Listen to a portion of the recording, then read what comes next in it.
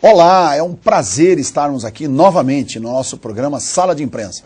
Um programa que tem a produção através da Associação Paulista de Imprensa e toda a divulgação através da rede dos 52 canais da ACESP, Associação dos Canais Comunitários.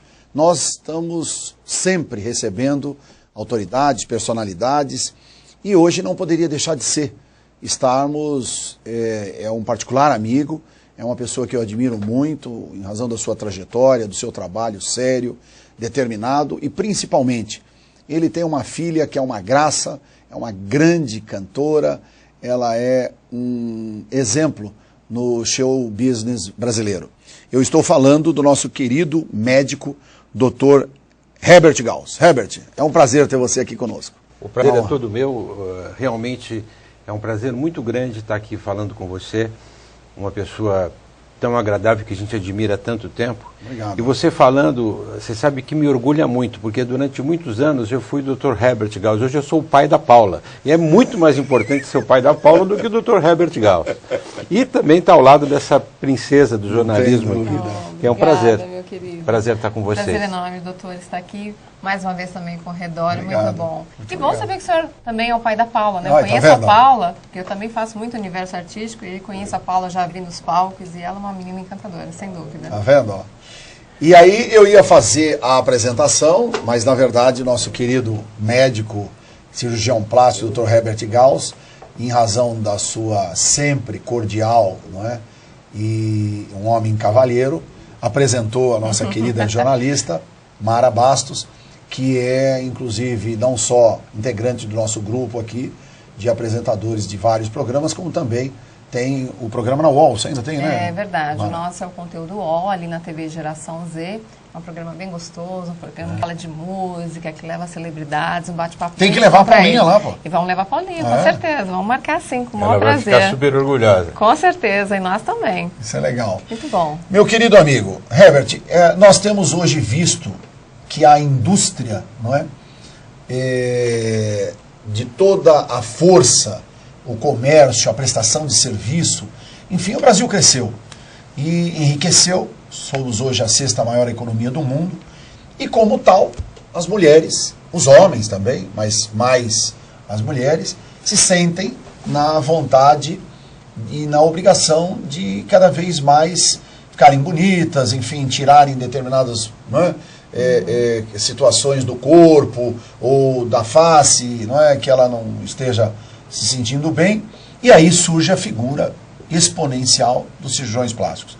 E hoje temos uma beleza fantástica de um trabalho que vem sendo desenvolvido, do qual você capitania já desde 1978, quando você se instalou, não é, numa equipe altamente treinada e localizada aqui nos Jardins, para os outros teleouvintes que estiverem conosco.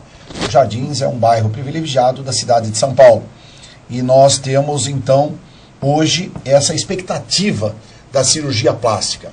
O que tudo isso, e dentro desse mercado, é válido na medida em que a cirurgia plástica ela é realmente um conteúdo para não só deixar as pessoas bonitas, mas também ter uma elevação de autoestima e valorizar a saúde? Sérgio, eu vou começar se colocando a coisa da seguinte forma. Sim. A cirurgia plástica como especialidade é relativamente jovem. Sim. Ela vem da Segunda Grande Guerra para cá, principalmente... Até pelas exigências. Até pelas exigências na época dos mutilados de guerra, etc. Foi nessa mesma época que os procedimentos anestésicos começaram a se desenvolver, porque não é possível você operar alguém sem tirar a dor, sem os procedimentos anestésicos. E no começo a cirurgia plástica foi muito mal interpretada, porque achava que a cirurgia plástica era uma especialidade secundária, era uma especialidade não tão importante quanto a cardiologia, quanto a nefrologia ou quanto qualquer outra especialidade. Hoje, por definição, saúde é bem-estar físico e psíquico. E não adianta você estar com o teu fígado bom, com o teu coração em ordem, se você não tiver com a tua cabeça boa. Se você não tiver com o teu interior equilibrado com o seu exterior. Então, efetivamente, a cirurgia plástica, que não se divide mais em cirurgia estética e reparadora, porque é uma cirurgia plástica, tá entendendo? É uma especialidade que visa principalmente enquadrar o ser humano naquela sociedade que ele vive. E assim você sabe muito bem que nas diferentes culturas, nos diferentes lugares, nos diferentes países, os conceitos de beleza mudam. O que é bonito aqui verdade, pode não ser na África, pode não ser em qualquer outro lugar. Na Ásia. E mudam também com o tempo. E mudam com a classe social e mudam com um monte de coisa.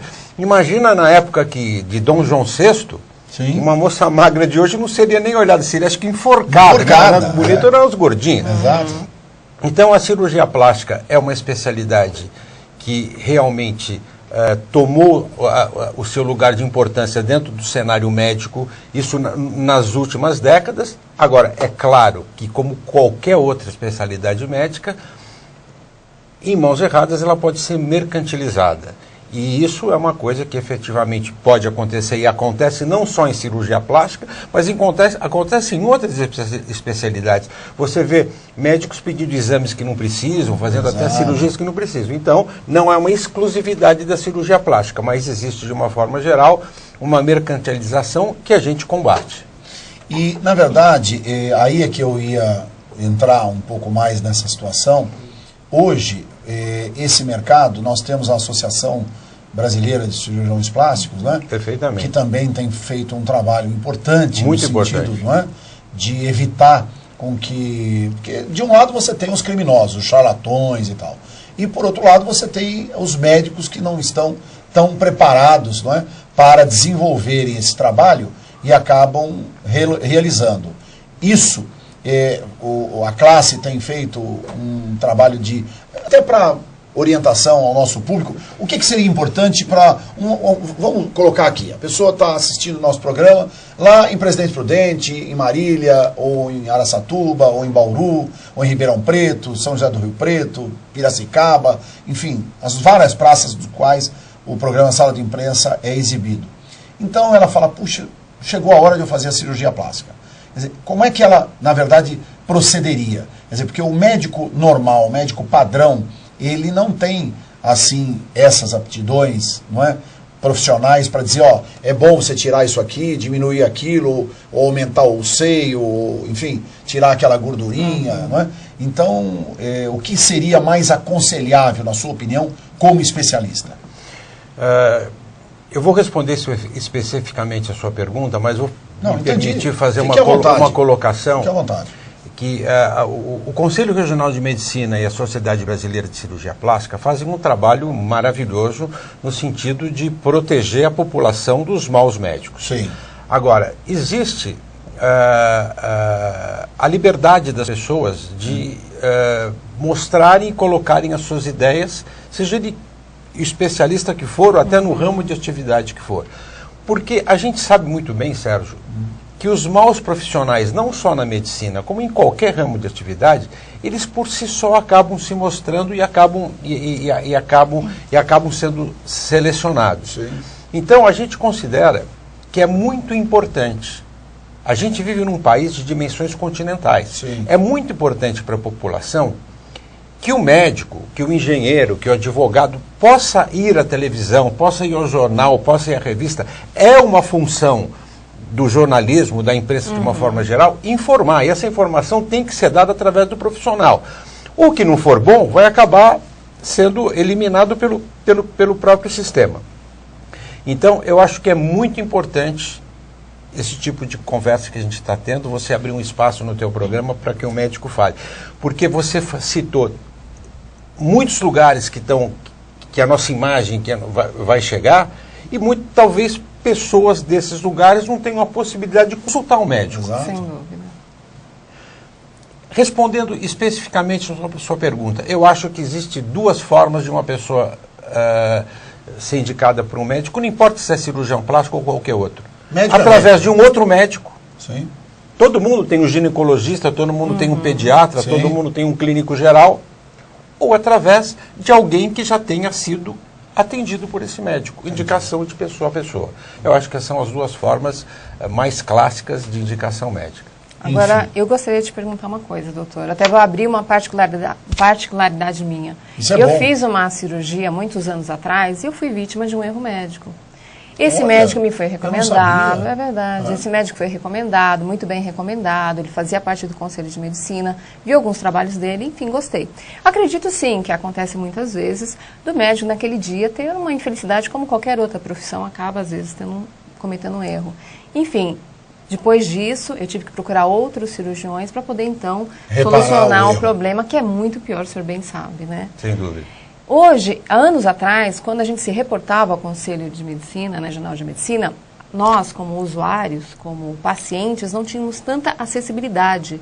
Eu queria saber se daqui para cá, desses anos para cá, se mudou isso. Por exemplo, porque era tanta coisa que a gente tinha que fazer, a gente tinha que provar tanto, que no final a gente acabava desistindo de passar uma informação para o Conselho. Eu posso te garantir, não sou do Conselho, nunca fui do Conselho, mas posso te garantir que o Conselho Regional de Medicina é um órgão extremamente sério e que hoje não existe corporativismo e que todas as denúncias são realmente investigadas e são tocadas para frente. Eu posso te garantir, não sou do Conselho, nunca fui do Conselho, mas eu posso te garantir que hoje o Conselho Regional de Medicina do Estado de São Paulo não deixa ninguém sem resposta.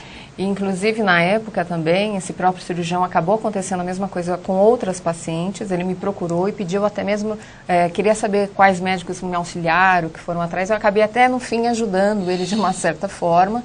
E, a partir daquele momento, eu comecei também a ajudar, a falar, a comentar com algumas pessoas sobre tomar o cuidado necessário sobre isso, pesquisar. E até mesmo aproveitando hoje, a gente vê tantos jovens fazendo cirurgia. Eu não sei nenhuma particularidade do teu caso, mas vou me permitir fazer uma colocação que é a seguinte. Às vezes, as pessoas, e não estou dizendo que é o teu caso absolutamente, as pessoas confundem erro médico com mau resultado. Sim, sim.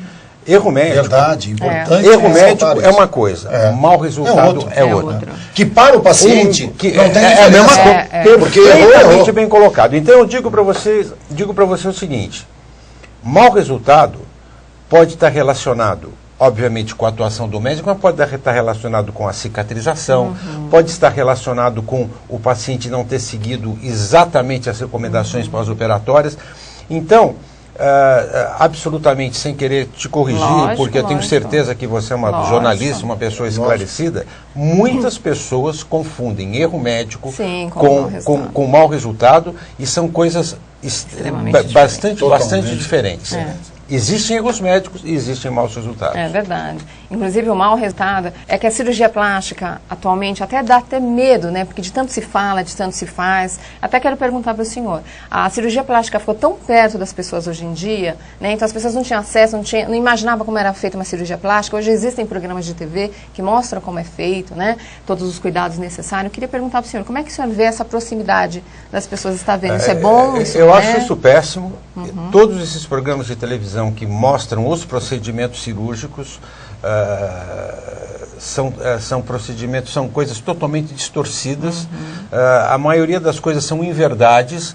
Aquilo, o Dr. Ray é um showman, ele não é um cirurgião. Tá certo? Não tenho nada contra ele, uma pessoa maravilhosa, mas ele é um showman. Ele é uma pessoa que está lá para fazer um programa, um reality show. Tá certo? E acho que as pessoas devem tomar muito cuidado de se basear em coisas que eles veem nesses programas de televisão. Eu acho que isso tem que ser visto como um reality show, uma coisa para divertir, e não uma coisa para informar. Porque mostra que é muito fácil. A pessoa opera hoje, daqui a um mês a pessoa está ali parecendo bonitinha, e na realidade é isso mesmo que o doutor falou. O pós-operatório é muito importante e muito difícil. Então essa proximidade que traz também as pessoas de verem o programa é muito importante, mulheres principalmente.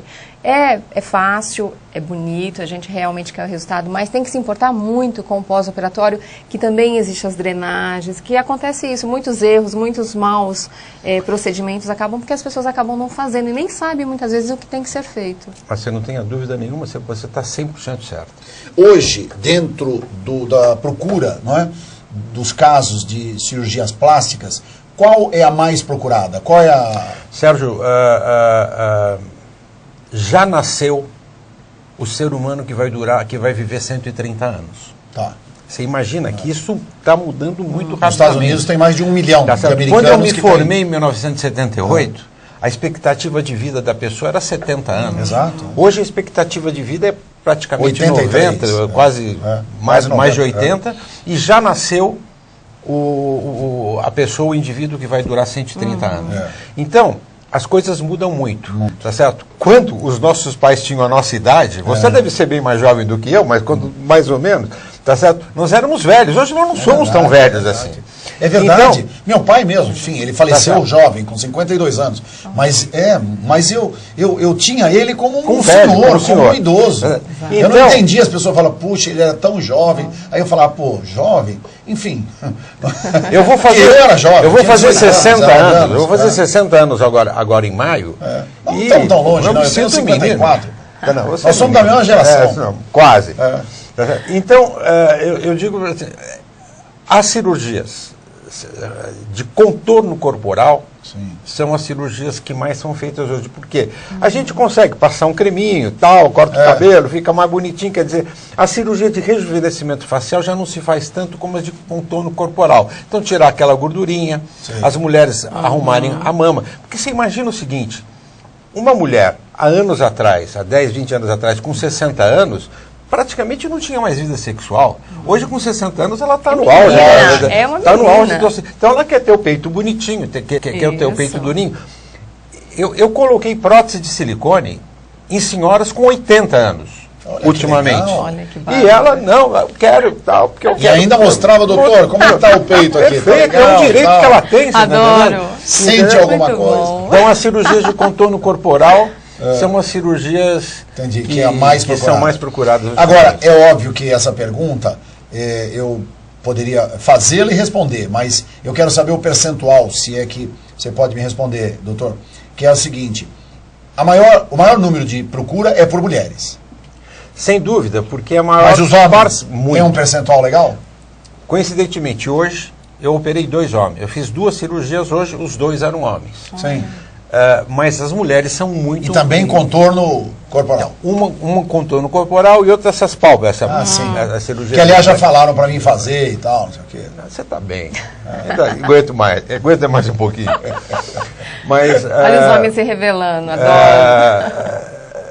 Os homens cada vez mais fazem cirurgia plástica. Se passa que existe muito mais cirurgia plástica para mulher. Por exemplo, a cirurgia de mama, que representa quase que 30% de todo o volume, se faz em mulher. Entendeu? Então, existem mais cirurgias para mulher. Por isso que o número de mulheres é maior. Mas se faz muita cirurgia em homem. Hoje em dia, eu te garanto que é 25% a 75%. Entendi, que já aumentou barbaramente. Muito. Né? Porque vamos falar, 5 anos atrás. E principalmente o homem já não mente, ele já assume. É verdade, assume. Ele não mente. O chamado metrosexual, né, que é o homem que, enfim, tem cuidados com o corpo, com o visual, como uma mulher teria. Hoje em dia o homem tem que se cuidar muito, senão as mulheres chutam a gente. Quer dizer, não é só a mulher que tem que se cuidar. Esse negócio de homem relaxado já passou. Acabou, barrigudo, né, relaxado e tal, é verdade. E nós, inclusive, dentro dessa linha do raciocínio, né, da beleza, porque tem o seguinte, né, hoje nós vivemos na ditadura da beleza. Indiscutivelmente, né? Sem dúvida. Porque hoje tudo é beleza. Você vê, às vezes você pega um ator, a gente nota muito isso na televisão ou nas novelas. Quer dizer, o cara é um grande ator e no aspecto físico, corporal, na exibição e outra. E o lógico, o produtor, o diretor explora o lado onde ele é mais bonito, com o corpo. Então toda hora ele está tomando banho de piscina, ou ele está saindo do mar, ou ele está tomando banho em casa, não sei o quê, que é para mostrar a beleza, ou então está acordando, que é para mostrar a beleza física dele. Agora, o que eu noto é o seguinte, isso também não tem um pouco de viés no aspecto cultural, porque a gente nota que na Europa não tem essa não é? Sem dúvida nenhuma. Na Europa é muito menos. Muito menos. Muito menos. Você me fez lembrar uma coisa que eu acho muito interessante, diz que tem 3 formas do camarada ser bonito. Ou ele nasce bonito, ou um cirurgião plástico opera, ou ele vai trabalhar na Globo. Porque esse camarada da novela, que é o artista dessa novela que está passando Sim, aí. sim, Rodrigo Lombardi. Não, o Montanher. O Ziá, que O é o Ziá. Ziá. O Ziá. Que é um ator espetacular. mas- Ele é muito feio, mas as mulheres acham ele maravilhoso. Eu nunca vi um cara tão feio. Tá certo? Uma brincadeira, ele que não me lembra. É que, mas na realidade, ele é um não cara tem bruto, os- né? Um os cara tratamentos bruto, de nariz estéticos, torto e tal. exato. Tá certo? Então, é isso. Mas você tem toda a razão. A gente vive. Você Até colocou porque, bem, hein? Aliás, me permita, Herbert, que na verdade a gente também assistiu uma novela, enfim, não dá para se comparar, porque o que eu vou citar era um ícone, né, que era o Raul Cortez.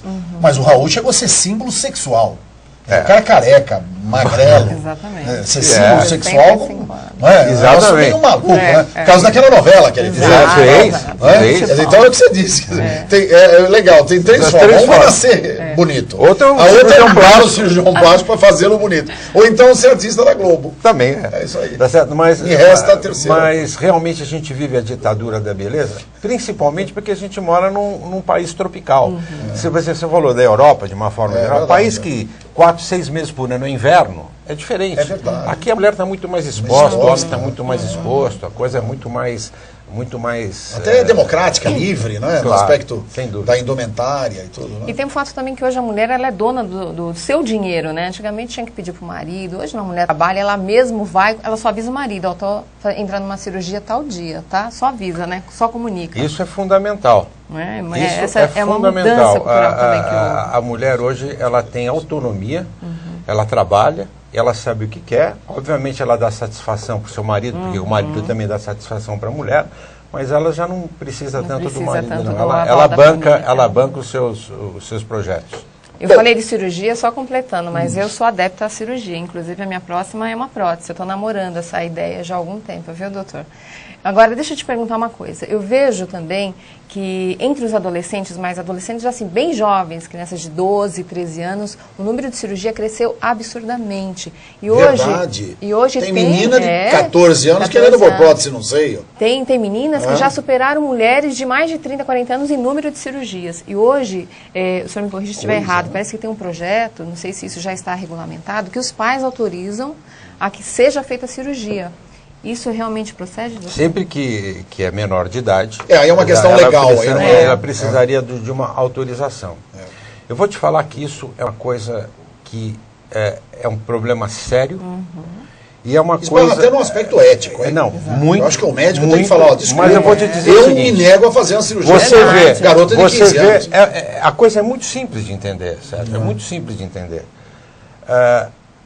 É muito mais fácil para o pai e para a mãe não falar não do que falar não. É isso mesmo. Então ele deixa o filho dirigir automóvel com 15 anos de idade, ele deixa o filho ir para a balada às 5 horas da manhã com 15 anos de idade. Tudo que não pode ele deixa inclusive fazer cirurgia plástica. Pô, eu já Que é mais recebi... fácil falar sim. Faz, Pode, põe a faz, prótese, tira a põe. orelha, põe o troço, tá certo? Menina de 15, 16 anos querendo fazer botox, a mãe vai fazer botox, a menina quer fazer botox. Eu, sinceramente, não faço. Não faço e contraindico. E já perdi pacientes por causa disso e com muito prazer vou continuar perdendo. Agora, o culpado são os pais. E esses pais que permitem isso são os mesmos pais que acabam tendo seus filhos largados, abandonados e na mão de empregados, e na mão de motorista, e na mão de segurança. Ou certo? adotado por traficantes. Né? Exatamente. Então, Porque o ápice da é uma, vontade é, de é uma fazer, coisa, de é uma realizar. coisa da cultura de determinadas pessoas que cabe ao médico realmente podar. Você não pode, não deve, tá certo?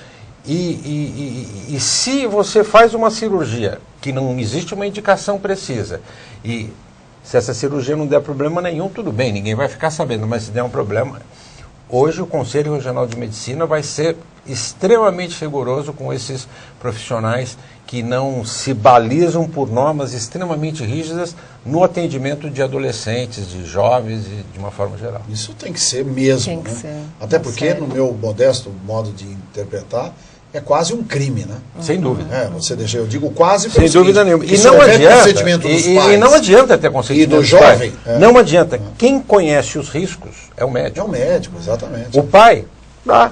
O pai paga. Tá entendendo? Mas não adianta falar, mas o pai deixou. O pai deixou, mas você não faz. Quer dizer, então não adianta ter o consentimento do médico.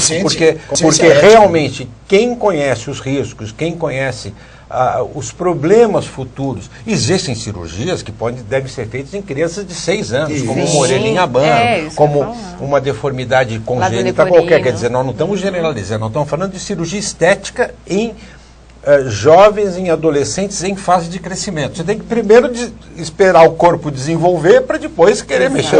Corrigir. É básico.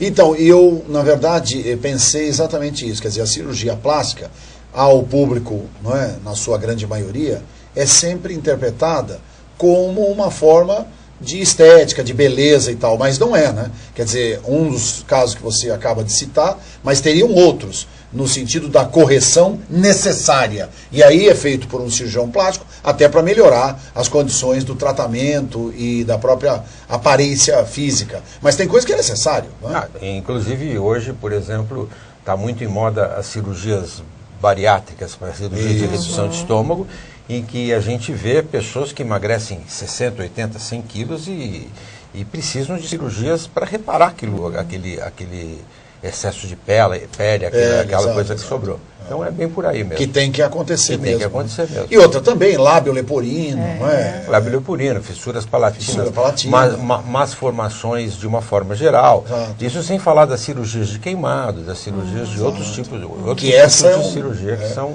extremamente especial. São Eu bem acho específicas. que quando a cirurgia plástica em crianças e adolescentes, quando se trata de um nariz, por exemplo, que impede, né, a respiração perfeita, e orelha de abano, que muitas vezes na criança gera bullying, né, existe traumas infantis, exatamente, né? Você falou a palavra correta, a palavra mágica. Essa é o bullying. Muito Existem legal. determinadas coisas que devem ser até operadas numa criança, num adolescente, para fazer, porque o jovem, a criança, eles são ruinzinhos, não é por mal, não é ruim de ruindade. Eles pegam naquele pontinho. Então vai chamar de tucano, vai chamar, por exemplo, eu vou te dizer uma cirurgia que deve ser feita numa menina de 15 anos. Ele estava falando de prótese de mama que não deve ser feita. Uma cirurgia de redução de mama. Existem meninas com 15 anos com mamas gigantescas e que são chamadas de apelido no colégio, de apelido na turma, no clube e tal, e você deve que submeter. Passa a ter uma situação vexatória. Essa menina vai ficar constrangida, na personalidade. Ela não vai arrumar namorado, amigas. Então, por exemplo, da mesma forma que eu não poria silicone numa menina de 15 anos, já cansei de operar menina de 15 anos com mamas grandes e que elas devem se operar. Falei, mas ainda vai crescer mais. Talvez até vá crescer mais. Mas você não vai deixar a pessoa ter um desgaste emocional, psicológico enorme. Você pode até físico, né? Porque pode uma coluna, né? Problema na coluna. Sem dúvida. E nesses casos é recomendável. Sem dúvida. Nesses casos é recomendável, é indicado. E a própria orelha de abano também. Orelha de abano, a gente indica fazer muito na idade pré-escolar. Pré-escolar. Com 5, 6 anos, a gente indica fazer orelha de abano. Que faz, né? Isso eu acho correto. E a lipoaspiração, doutor? Ela é um mecanismo rápido, porque é inclusive uma forma de procedimento cirúrgico que é feito até nos consultórios médicos, não? Veja bem, Sérgio, nenhum procedimento cirúrgico pode ou deve ser feito em consultório. Todos os procedimentos cirúrgicos... Mas são. Eu falei, pode e deve. Mas, eventualmente... é até interessante, porque eu acho assim, nós temos como finalidade de trazer pessoas, não é? Como é o seu caso, de um profissional altamente preparado e conceituado, com o objetivo até de nortear o pensamento, porque nós somos assistidos por muitos jornalistas, por muitos profissionais de comunicação.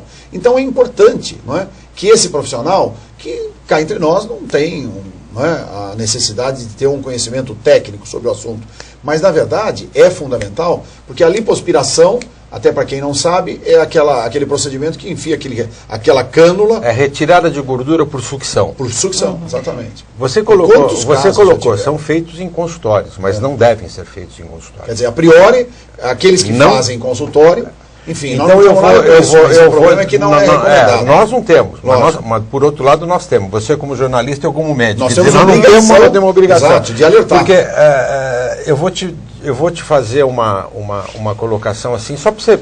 Às vezes a gente não pensa.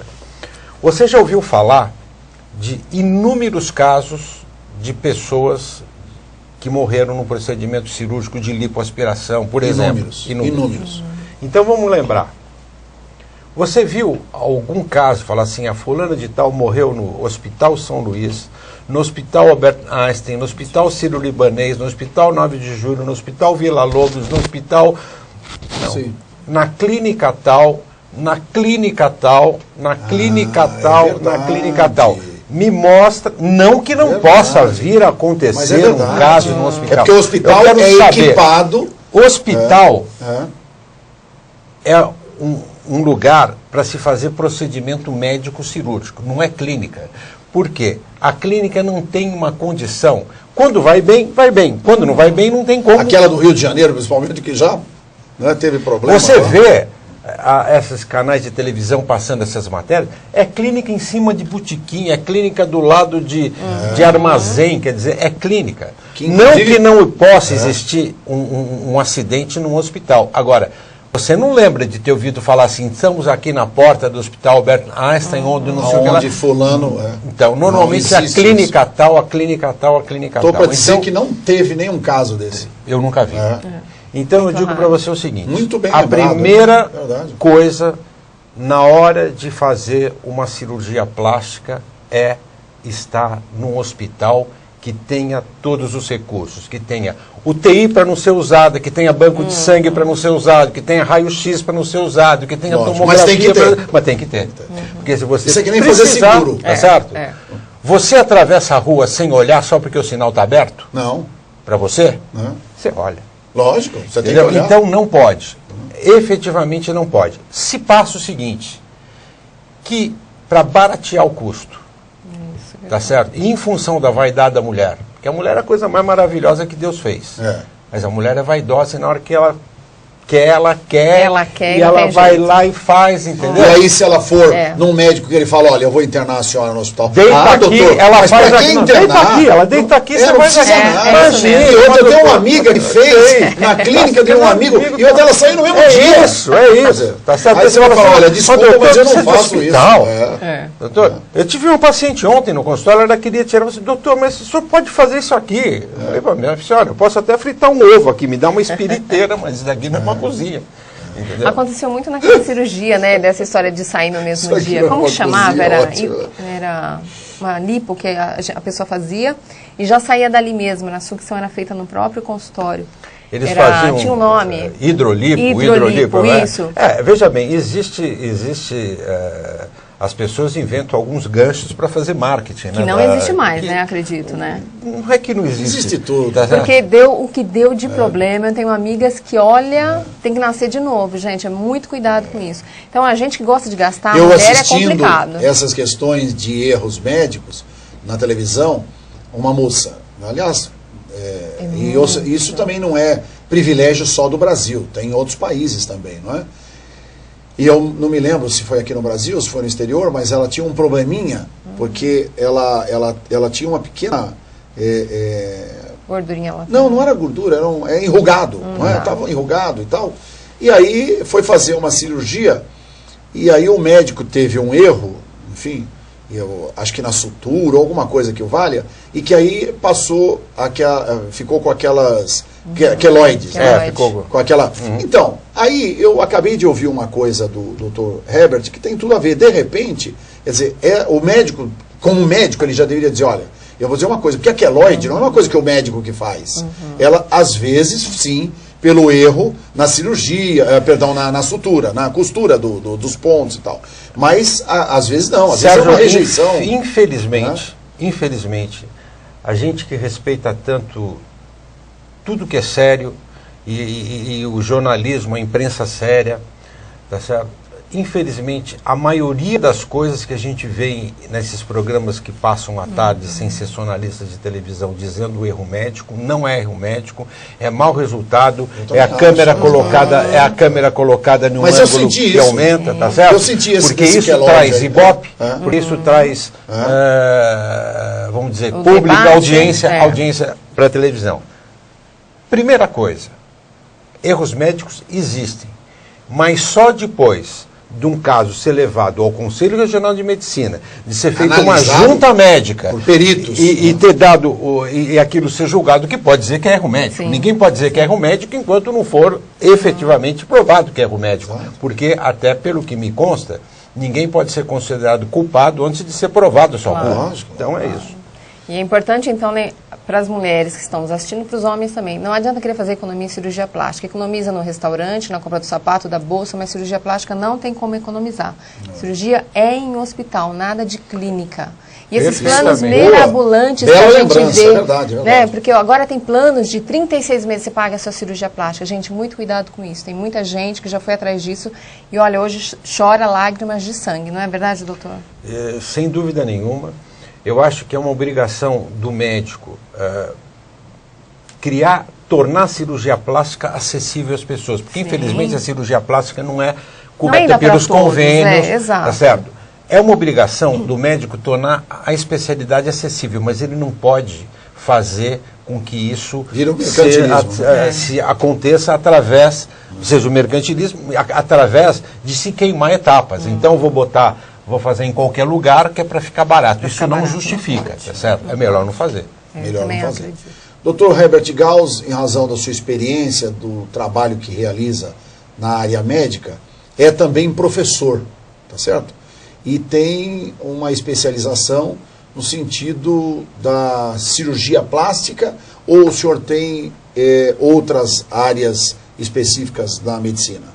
Não, eu sou cirurgião plástico, eu não sou professor. A gente é convidado às vezes para fazer uma palestra, uma aula, mas eu não tenho título. Dá várias. Eu não tenho título, tá certo? Mas a gente tem aceito já ministrou várias aulas. Muitas aulas, até mesmo em faculdades, universidades. No começo da minha carreira, eu fui professor assistente, quer dizer, assistente do departamento de anatomia da Faculdade de Medicina. Mas de que faculdade? Faculdade de Medicina de Santo Amaro, na USEC. Eu me formei na USEC. Eu fui da quarta turma da USEC, que me orgulha muito, uma faculdade realmente que formou grandes médicos. É verdade. Hoje atuando no Brasil inteiro. Mas eu sou cirurgião plástico, realmente eu faço cirurgia plástica. E digo mais para você, eu sou aquele cirurgião plástico antigo. Nem essa parte de medicina estética, de botox, de preenchimento, de coisinha, eu não faço. O meu negócio é cortar e costurar e cada vez melhor. Isso é maravilhoso. Na verdade, aqui me permita colocar uma coisa também, porque eu, particularmente, sou professor universitário. Agora não tenho ministrado mais aula em razão da atribulação da minha agenda e as coisas que eu me ocupo. Mas já fui questionado uma vez, porque, no fundo, também é um outro... e até a sua cultura, em função daquilo que a gente exerce profissionalmente, traz essa lembrança de você ser mestre, não é? Porque uma coisa é ser mestre em determinada disciplina, que eu não sou mestre, eu sou professor, como inclusive me permita até corrigir, o senhor também é professor, porque a partir do momento que o senhor ministra a aula, em razão daquilo que o senhor conhece, o senhor é professor. Tá certo? Quer dizer, o que tem, na verdade, uma titulação de mestrado e que defende uma tese de mestrado e aí recebe o título de mestre, não é? Ele, na verdade, tem esse... E outra, e cá entre nós, tem muitos mestres que não dão aula para ninguém. Porque tem essa também. Tem, tá certo? sem dúvida. Tem inúmeros mestres que não dão aula para ninguém. Então, no fundo, é assim, você tem uma titulação em razão da matéria que você conhece. Eu, particularmente, já dei inúmeras aulas magnas quer dizer, eu dei uma aula... uma palestra, na verdade, não é? Com outros colegas, na Casper Libero, quer dizer, maravilha. Não é? Um ícone do jornalismo brasileiro. Não é? Então, na verdade, e não sou formado em jornalismo. Não é? Eu tenho a cultura jornalística em razão das minhas atividades ligadas à comunicação, esse programa de televisão, falo em rádio, sou comentarista, escrevo para mais de 70 veículos, não é? De imprensa. Quer dizer, então, isso, na verdade, nos traz a experiência, o conhecimento. Né? E eu, particularmente, gostaria de indagá-lo, doutor Herbert, a respeito do seguinte: o que o senhor acha hoje a nível das universidades? Quer dizer, os cursos de medicina. Quer dizer, qual é a sua impressão? Que há uma necessidade de uma uma oportunidade de um reescalonamento ou mesmo uma reciclagem? Qual é a sua opinião? Sérgio, eu acho que efetivamente, mas sem sombra de dúvidas, o problema não são os cursos de medicina. Os problemas são uma política que o governo deveria Federal, ter Ministério da Educação, distribuir esses médicos no Brasil, porque o Brasil é um país que falta médico em muito lugar. Então, falar assim, não, mas estão formando médicos, mas estão formando muitos médicos aqui, para São Paulo, para as grandes metrópoles, para os grandes centros. Tá certo? Então, deveria existir uma política que incentivasse esses médicos, porque obviamente o Ministério da Educação e Cultura tem os seus mecanismos de controle da qualidade dos cursos, e a gente sempre ouve falar que eles fazem e tal. Partindo do princípio que os cursos de medicina são bons, e sou totalmente a favor do exame, como é feito na ordem dos advogados, para poder qualificar aquele médico, porque hoje você se formou em medicina, você pede o registro e tem o CRM. Sim. No direito não é assim, você depois que se formou, você é bacharel de direito e você tem que fazer um exame da ordem, não é isso? Sim, verdade. Então, eu sou a favor de que o médico formado, ele não tem automaticamente a licença para trabalhar, ele tem que fazer um exame, como é o exame da ordem. Sim. Agora, o que deveria ter era uma política de incentivo para que esses jovens médicos ficassem temporadas ou até participassem de criassem vínculo de mercado, exatamente, em determinadas cidades que não vão. Né? Que não vão. Porque o que falta efetivamente são médicos em muitos lugares e sobram em outros lugares. Você está falando uma coisa tão verdadeira que eu vi, inclusive, uma seleção de médicos que eles estavam pagando o salário inicial de R$14 mil, com o objetivo de atraírem médicos, eu não me lembro se para o Acre, ou para Roraima, ou para... enfim, porque no fundo é o seguinte, as pessoas acabam tendo dificuldade de terem, principalmente especialistas, né?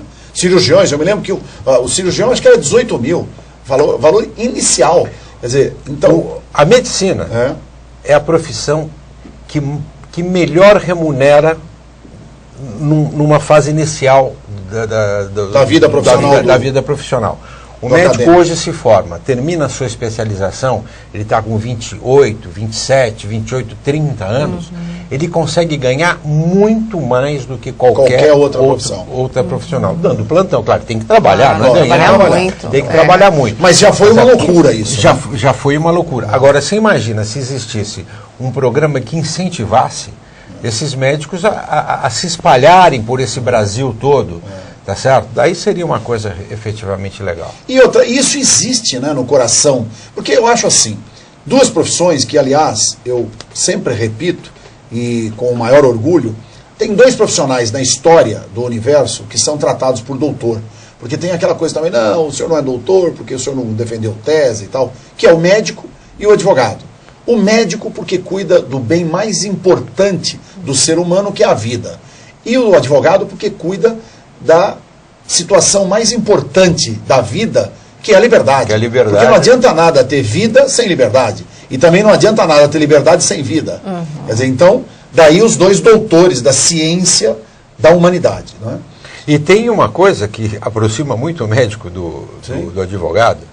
A gente nunca sabe do organismo da pessoa e da cabeça do juiz o que vai acontecer. O que vai acontecer, exatamente. O organismo pode agir de uma forma diferente, o juiz pode interpretar de uma forma diferente. Por melhor o trabalho que você faça como advogado, por melhor o trabalho que eu faço como médico, o nosso trabalho não é exato, ele está sujeito a interpretações e a evoluções momentâneas, totalmente inesperadas. E outra, e nós temos aí valores em razão do seguinte, quer dizer, eu inclusive insisto muito, o direito é uma matéria de ciências humanas, tá certo? A medicina é uma matéria de ciências biomédicas e que depende exclusivamente do ser humano, sem o qual ela não existe. Claro. Quer dizer, então, e o ser humano é essa figura fantástica, mas dotada de erros, de problemas, de, enfim, né? Que todos nós que cuidamos desse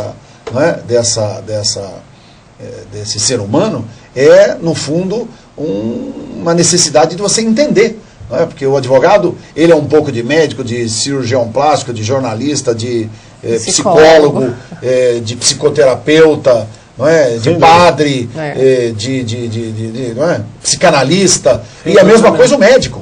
Não é? Tem que ser um pouco de tudo também, porque ele cuida com a matéria mais importante na vida, que é o ser humano. Não é?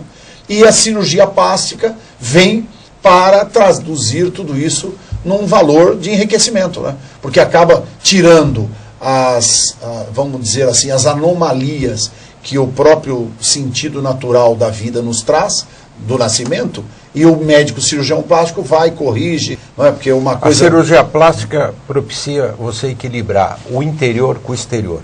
Muitas vezes fantástico, né? Você está se sentindo muito bem, mas você não está aparentando bem. Então a cirurgia plástica é uma especialidade que permite que você venha ter esse equilíbrio do interno com o externo.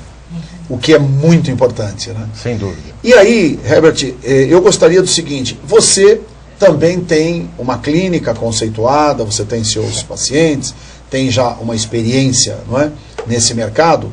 O que você me diria a respeito da carreira de cirurgião? Porque você me disse porque o cirurgião plástico é, na verdade, uma especialidade dentro da medicina, não é? E, vamos supor, hoje você orientaria um jovem que está aí no seu 4º, 5º ano de medicina, optar pela carreira da cirurgia plástica?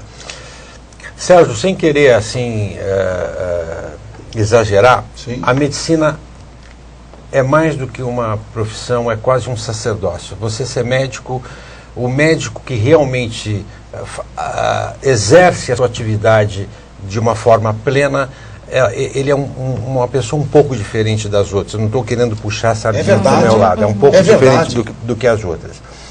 A medicina, de uma forma geral, é uma profissão que traz muita satisfação, que traz muito prazer e que traz coisas muito boas.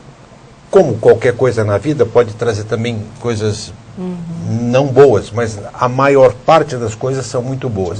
Então eu tenho orientado a quem me pergunta. Eu tenho um amigo que tem 2 filhos que estão terminando de fazer e vão ser cirurgiões. Eu tenho 3 filhos, nenhum é médico, mas que vão fazer cirurgia plástica. Eu acho que o conselho mais importante que a gente tem que dar é exercer a especialidade com amor.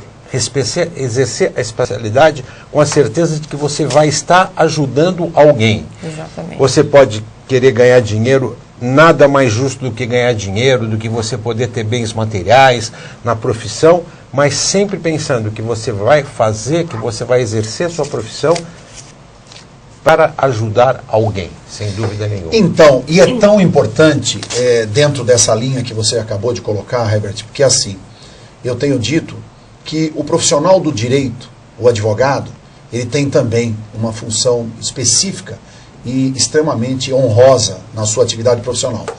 Mas dentre os operadores do direito, o que sublima em razão da sua profissão é o magistrado. Porque o juiz tem para ele, não é, o dom de decidir sobre questões de seres humanos. Então você imagina. E o médico carrega em si a mesma situação. Porque cá entre nós, se você parar para pensar, dizer, algum jovem, ou alguma senhora, ou alguma pessoa tenha um erro, não é? De formação facial e tal, e aí o médico vai, estuda, faz, porque tem casos escabrosos, né? O cara nasce com uma bruta esponja aqui no rosto, ou então o nariz todo torto, não sei o quê. E aí o médico vai, faz um trabalho técnico, profissional, e deixa o nariz maravilhosamente bem em razão daquilo que ele tinha. Quer dizer, isso é uma coisa fantástica, como inclusive aquela médica, não sei se é médico ou médico, que aquele caso também extremamente rumoroso, que o namorado jogou louco, isso, e ela está sendo corrigida. Aliás, é uma atriz, uma mulher lindíssima, e eu vi num desses programas, que são legais, aí o Discovery, que trazem coisas interessantes, né? Ele mostrou quando ela, sem o acidente, depois do acidente, ela ficou totalmente transformada. E aos poucos ela vem. Então, e agora, mas já se recuperou, sabe, em termos de uma escala de 0 a 10, ela está em 6,5. Quer dizer, estava em 0. Está em 6,5, quer dizer, mas também já fez 20 e tantas cirurgias. E os médicos agora, quer dizer, aquela coisa, pararam de fazer as cirurgias em razão das consequências das cirurgias. Porque a questão, não é, da injeção de, não é, para, como é que chama? Anestesia.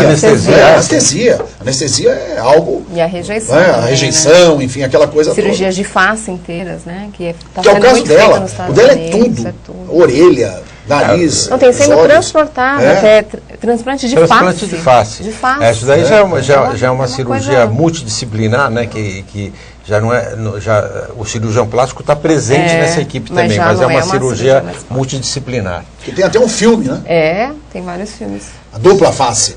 Você sabe que para complementar a resposta, eu diria para você o seguinte: o médico tem que saber que ele está praticando o que ele vai ajudar a pessoa e não pode ver o paciente como uma doença ou como um defeito ou como um problema. E eu te conto uma história rapidíssima. Quando eu era estudante e que nós chegamos do lado do paciente e o professor falou assim: bom, você já foi operado, sua úlcera está resolvida, você não tem mais úlcera e você pode voltar para casa, você está de alta. E o médico saiu, e o professor saiu, e o cara começou a chorar, a ficar muito nervoso. Nós chegamos lá, uma história verdadeira. Ele falou assim: mas o que aconteceu? Você não está contente? Você está indo embora? Sua úlcera... Ele falou assim: mas o que eu vou falar para minha mulher agora? Quer dizer, o problema dele era o seguinte: aquela úlcera, quem provocava era a situação familiar dele dentro de casa. Se a gente tirou... E daí, quando a situação esquentava em casa, ele tinha úlcera. E ele ia para o hospital. Agora não tiramos. O que ele vai falar em casa? Agora, como é que ele vai se justificar? Como ele vai justificar? A minha mulher vai continuar me enchendo o saco, mas eu não tenho mais úlcera. Como é que eu vou sair? Tá certo? Então, a gente tratou o cara errado. Você não tinha que tratar a úlcera, você tinha que tratar ele, o psicológico dele, e não a úlcera. Agora, doutor Herbert, já que o senhor falou de família, vamos pegar o gancho. Como que é o senhor Herbert em casa? O pai, o marido? Olha, o avô vou ser avô agora no final de maio. O meu filho Beto, que é casado com a Antônia, uma moça maravilhosa, eles vão ser pais agora no final de maio, começo de junho, e eu e a Malu vamos ser avós. Eu diria para você o seguinte: eu sou casado com a mesma mulher há 34 anos, 34 para 35 anos, então não deve ser muito ruim, né? Quer dizer, deve ser mais ou menos. O casal é maravilhoso, a Malu também é uma mulher. A Malu é uma pessoa fora de série, é uma pessoa realmente, é médica também, trabalha comigo. Exato. A Malu, no começo, nós nos formamos juntos. O pai dela era pediatra, irmã pediatra, e ela fez pediatria, mas depois de uns 15 anos ela deixou a pediatria e virou assistente. Ela me ajuda nas cirurgias, ela dá aquele toque feminino, sabe? Porque a mulher tem muito mais sensibilidade fina do que o homem. Então a Malu está lá comigo, e o Beto, que vai ser pai agora, trabalha com é produtor de cinema, eles têm uma produtora de cinema, e as minhas duas filhas, que são lindas, você conhece a Paula, tem a Luísa, que é mais jovem, mas já operei as duas. Olha já operei as duas. Sempre precisa fazer alguma coisinha. Casa de ferreiro, espeto lá não é. Não, lá não é espeto de pau. Lá em casa de ferreiro, espeto de ferro mesmo. De ferro. E ferro bom. Olha! Isso aí, que muito bacana, bom, que legal. Bom. E aí, referente a essa atividade que o doutor Herbert Gauss vem desenvolvendo como cirurgião plástico, você já deve ter tido passagens maravilhosas na sua vida, como também passagens críticas, difíceis e tal. Aqui, como a gente procura falar só coisa boa, então me diga, o que ficou mais marcante? Como agora você acabou de contar um fato interessante da universidade, você deve ter outros... O Sérgio... uma pessoa que, enfim, estava desesperada por causa de um problema, aí você foi lá, quando ela viu... A gente eu tive na minha vida oportunidade de conhecer muitas pessoas, e durante muitos anos participei de muitos programas de televisão, de rádio, e recebi pacientes do Brasil inteiro. Sim. E até de outros países. Sim. E me lembro perfeitamente quando chega eu tinha um consultório na Avenida Rebouças, aqui em São Paulo, uma clínica, e quando chega um garoto de uns 10 anos pela mão do pai, e esse garoto tinha o queixo soldado aqui no peito, porque ele sofreu uma queimadura no pescoço que não foi tratada, que o retraiu, e o menino, ele tinha efetivamente a ponta do queixo cicatrizada no tórax. E eles chegaram e falaram assim, nós viemos lá do Nordeste e viemos aqui para o senhor operar o menino. Eles não tinham a menor condição e chegaram lá e não tenha dúvida nenhuma que a gente atendeu o menino, apesar de ser uma clínica particular, mas nós demos um jeito, internamos o menino na época. E eu me lembro perfeitamente que era quase impossível entubar, porque para entubar você tem que retificar a traqueia. Exato. Então nós chamamos 3 anestesistas, foi um negócio complicado, e nós operamos esse menino, fizemos uma meia dúzia de cirurgia. Eu acho que é uma das grandes satisfações da minha vida profissional ver esse menino ir embora depois de alguns meses, porque ele ficou alguns meses na clínica. O pai acabou indo, tinha um parente que tinha um açougue não sei aonde, o pai foi morar no açougue não sei aonde, o menino ficou conosco na clínica durante meses. Nós fizemos algumas cirurgias e ele saiu depois de alguns meses com uma mobilidade completa do pescoço e feliz da vida. Então, isso é uma coisa que realmente não tem preço. Parabéns. Isso aí, muito bom. Então, nosso papo está extremamente agradável.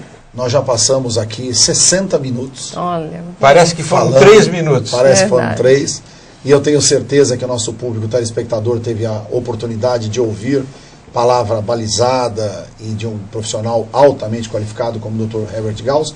E a gente, Herbert, sempre eu queria deixar com você uma revista que é da Prefeitos e Vices, que é da Associação Nacional de Prefeitos e Vice-Prefeitos do Brasil, e o nosso jornal também, nosso jornal, a Imprensa Paulista, que é um jornal que traz aí a figura dos nossos grandes, não é, colaboradores e também vice-presidentes da API, como o caso do Marcelo Rezende e o Milton Neves, o Goulart de Andrade, nosso querido Goulart, o Valtinho Abrão, não é? O Raul de Abreu, Rothschild de Abreu. Enfim, nós temos grandes colegas que ajudam a fazer da API essa grande entidade. Minha querida Amara Bastos, muito obrigado pela sua participação. Eu que agradeço. Redó, quero deixar um convite, o pessoal de casa. Todas as sextas-feiras estou ao vivo às 14 horas, esperando vocês ali para participar com a gente também num bate-papo bem gostoso. E nas redes sociais, Twitter, @MaraEmDestaque, Facebook, Mara Bastos. E obrigada, Redó. Obrigada, Dr. Herbert, pelo carinho. Nós vamos colocar em caracteres depois a sua mensagem. E a gente sempre termina com uma frase que procura traduzir um pouco do que nós tivemos aqui no programa. E eu escolhi essa do nosso querido e sempre amado Francisco Cândido Xavier. Embora ninguém possa voltar atrás e fazer um novo começo, qualquer um de nós poderá começar agora e fazer um novo fim. Muito obrigado a todos. Dr. Herbert Gauss. Foi um prazer. Uma honra muito grande. Até lá, até o nosso próximo programa. Sempre Sala de Imprensa, trazendo novidades, informações e atualizando você no mundo da comunicação. Muito obrigado.